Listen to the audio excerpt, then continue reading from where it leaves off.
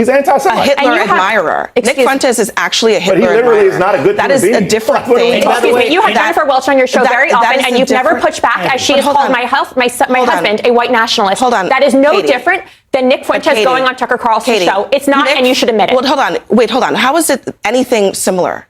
It's not remotely similar at all. CNN's Abby Phillip recently moderated a panel discussion that sparked considerable debate among its participants, including political commentators Katie Miller and Scott Jennings. Katie Miller, a former Trump administration official and spouse of senior advisor Stephen Miller, joined the panel alongside other political analysts representing diverse viewpoints. If you're interested in political analysis and civil discourse, consider subscribing to stay informed on these discussions. In this video, we'll examine key moments from the CNN panel and analyze the arguments presented by each participant.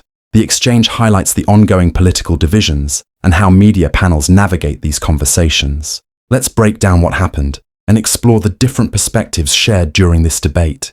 One of the most fascinating storylines of Donald Trump's second term are these questions about whether his hold on MAGA is loosening. Some of the president's staunchest supporters have taken issue with his foreign deals, his military strikes, his ballrooms, the economy, and of course, the Epstein files. And now there is a clear battle for whatever MAGA looks like after Trump, and there will be an after Trump. Marjorie Taylor Greene abruptly resigning after the president called her a traitor. And there are warnings that even more Republicans will follow over the way the White House has been treating them lately. It's also prevalent in MAGA media, most recently over Tucker Carlson's interview with Holocaust denier Nick Fuentes, which Trump later defended. And Carlson doesn't mince words about the party itself. And the Republican Party, which is almost to the point where it's just useless, and I'm going to have to oppose it because I hate them too much, but because they're such betrayers. Now that interview with Nick Fuentes is not just about Nick Fuentes, it's also about Tucker Carlson. And maybe Tucker is trying to create more of a wedge in MAGA, but it's clear that people are looking for the next messenger for Trump after Trump. Who do you think it's going to be? I think President Trump has made it very clear he'd like to see J.D. Vance, Marco Rubio. There are many people who can speak eloquently to what the MAGA base is about, which is growing our economy, stopping illegal immigration, putting Americans first, which is what Make America Great Again means, is Americans first, and Americans doing what we can do to grow and live in the best country in the world. But I want to go back to Marjorie Taylor Greene for a second. Just because she left the party isn't indicative of some larger MAGA revolt and President Trump's grasp on the MAGA movement. She is someone who blew up his phone multiple times a day, acting like she was the center of the universe and main character syndrome, when in reality, President Trump's job is not member maintenance and dealing with a specific member of Congress. He is the leader of the free world who has a lot more on his plate than returning Marjorie Taylor Greene's calls back every 5 minutes. But it's not just her, right? I mean, there are also other Republicans. Here's a quote in Punch Bowl. A senior House Republican says the entire White House team has treated all members like garbage. All. The arrogance of this White House team is off-putting to members who are run roughshod and threatened. And some of them are anticipating that this is going to be a tough midterm. Some of them are going to call it quits for all kinds of different reasons. It's coming up when it comes to health care. They don't want to vote on the plan that's coming out of the White House. There's a lot going on here. That's not just Marjorie Taylor Greene. And part of it is the disconnect between having heard President Trump, for example, and the Biden administration calling for the release of the Epstein files, which, yes, Biden could have released them too. But then now that he's in the position to do that, we're not seeing any of that happen.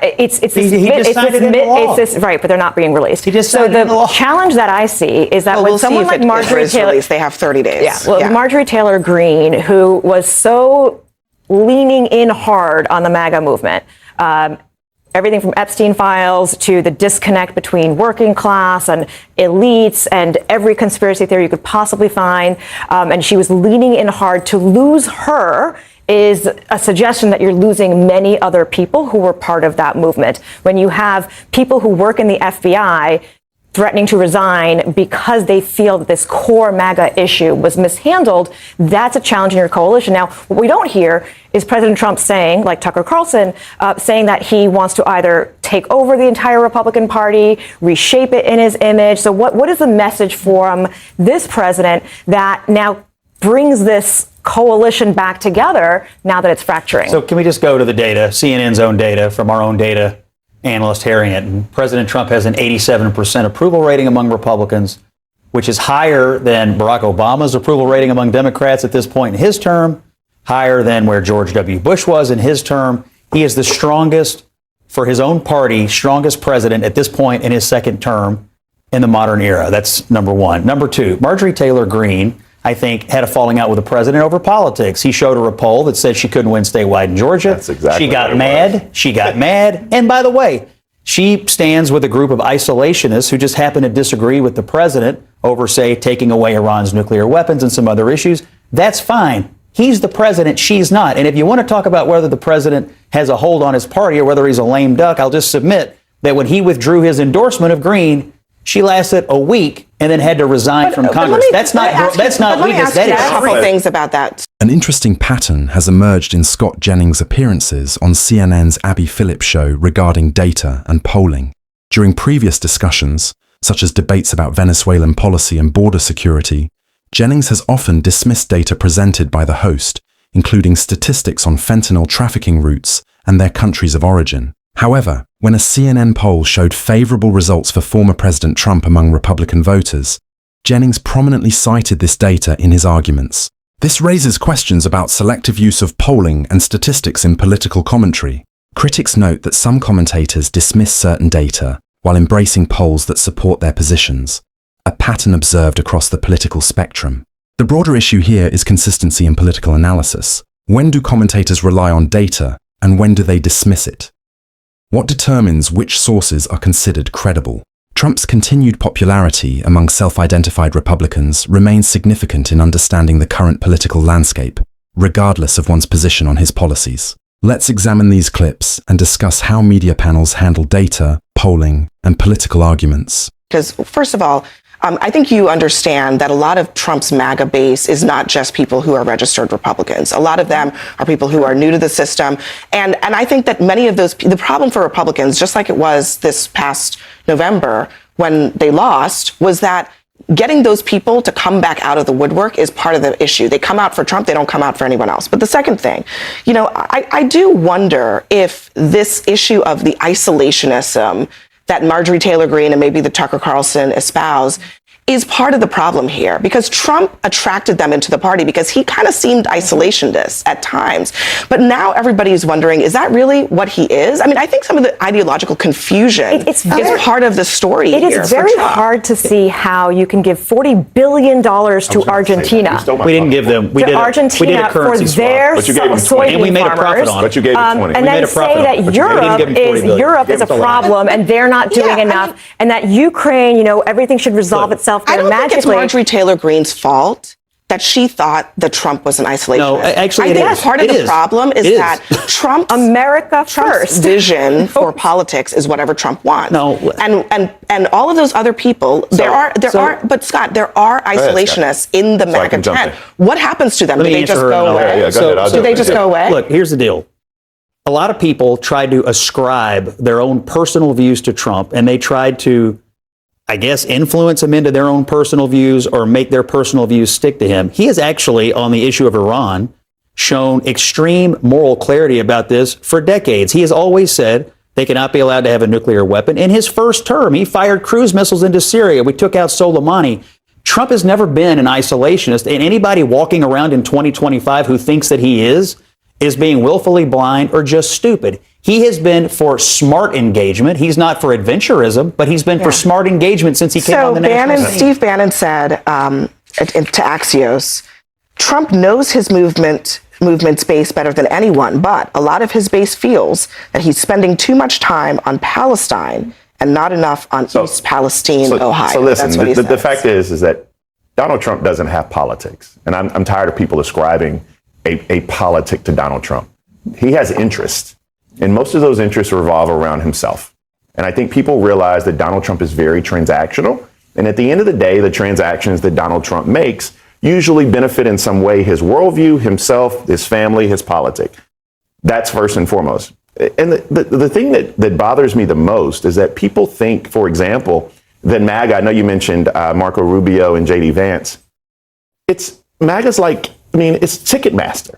It's non-transferable. If J.D. Vance or Marco Rubio think they're about to inherit the MAGA base, there's nothing about J.D. Vance. And let me put a bow on this. One more thing. Because what they don't realize is that even a part of this MAGA base, the fact that we're even mentioning Nick Fuentes, he's 4'11", he's misogynistic, and he's anti-Semitic, but yet he is somebody who has the pulse of the Republican base right now. They need to excise him. That's absolutely Nick false. does not have the pulse of the Republican base. It's what Democrats want to say to divide the Republican base when that isn't true. But I want to go back to something really quick.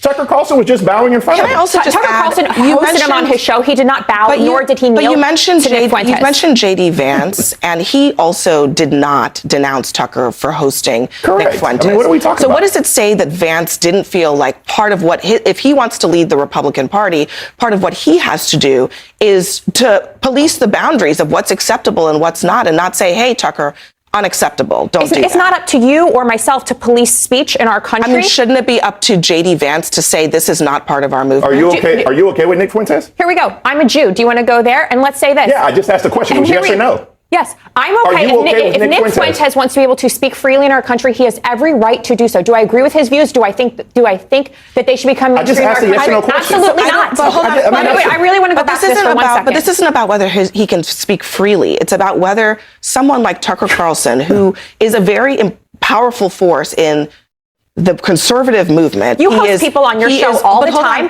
who call my husband and myself a Nazi. So how is that any different from Tucker Carlson going on Nick Fuentes having Tucker Carlson on his show? It's not different. He's actually anti-Semitic. He's anti-Semitic. a Hitler admirer. Nick Fuentes is actually a Hitler admirer. But he literally is not a good That is a different thing. Excuse me. You have Jennifer Welch on your show very often, and you've never pushed back as she has called my husband a white nationalist. Hold on. That is no different than Nick Fuentes going on Tucker Carlson's show. It's not, and you should admit it. Well, hold on. How is it anything similar?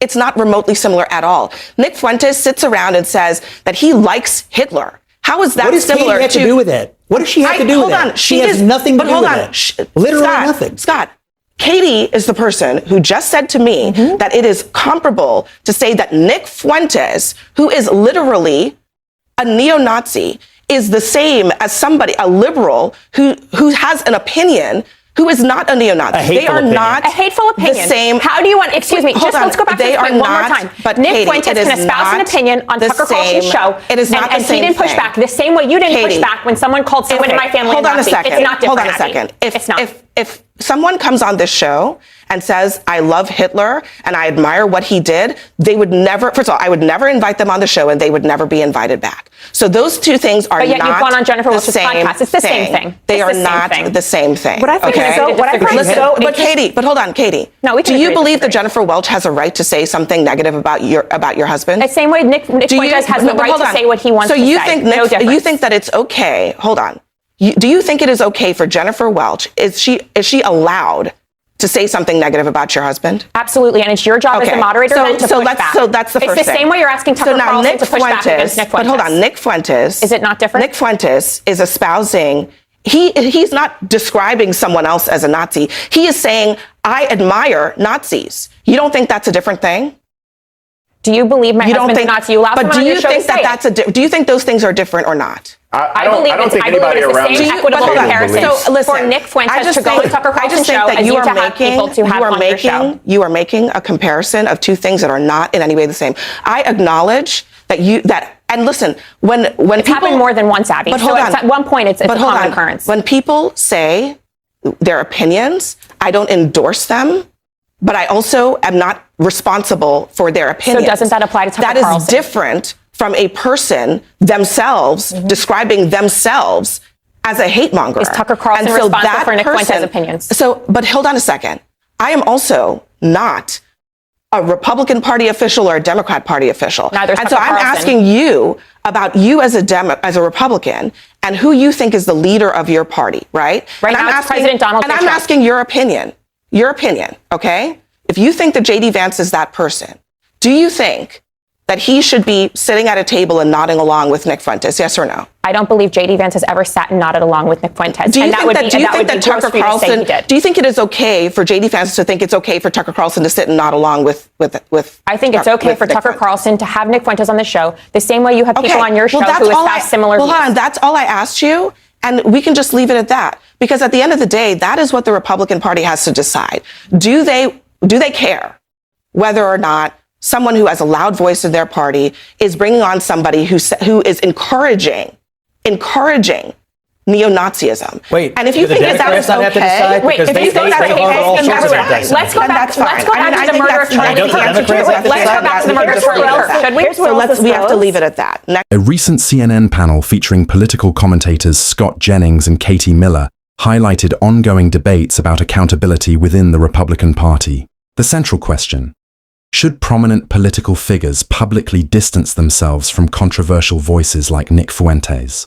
Host Abby Phillip argued that denouncing problematic rhetoric isn't about limiting free speech. It's about clarifying what a party stands for. The distinction matters. Anyone can speak freely, but that doesn't require political endorsement or association. The panel discussion revealed a common debate tactic: deflecting criticism by pointing to opposing examples rather than addressing the issue directly. This whataboutism often derails substantive political conversations. Phillip also noted how Republican policy positions have increasingly aligned with President Trump's statements, regardless of traditional conservative principles, a shift that's reshaped American political discourse. What's your take on political accountability and party identity in today's landscape? Share your thoughts in the comments. If you found this analysis valuable, subscribe for more political commentary. I'm Insights Brief, and I will see you in the next video.